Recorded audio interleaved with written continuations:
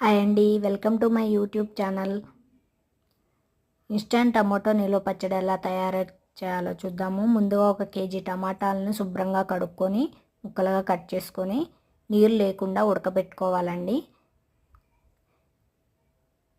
ఇప్పుడు ఇందులో నానబెట్టిన చింతపండును వేసుకొని చింతపండు టమాటా గుజ్జు దగ్గరికి అయ్యేలా ఉడికించుకోవాలి.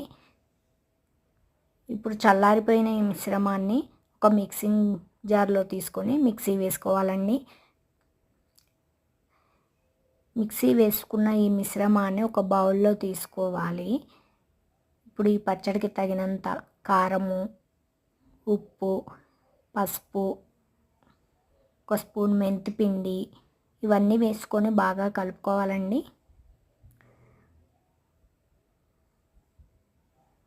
ఇప్పుడు ఈ మిశ్రమాన్ని పోపు వేసుకుందాము. పోపు వేసుకోవటానికి కావాల్సిన ఇంగ్రీడియంట్స్: జీలకర్ర, ఆవాలు, శనగపప్పు, ఎండుమిర్చి, కరివేపాకు, వెల్లుల్లి రెబ్బలు ఇవన్నీ వేసుకొని ఆయిల్ హీట్ అయ్యాక అందులో వేసి పోపు వేసుకోవాలండి. ఇందులో కొంచెం పసుపు.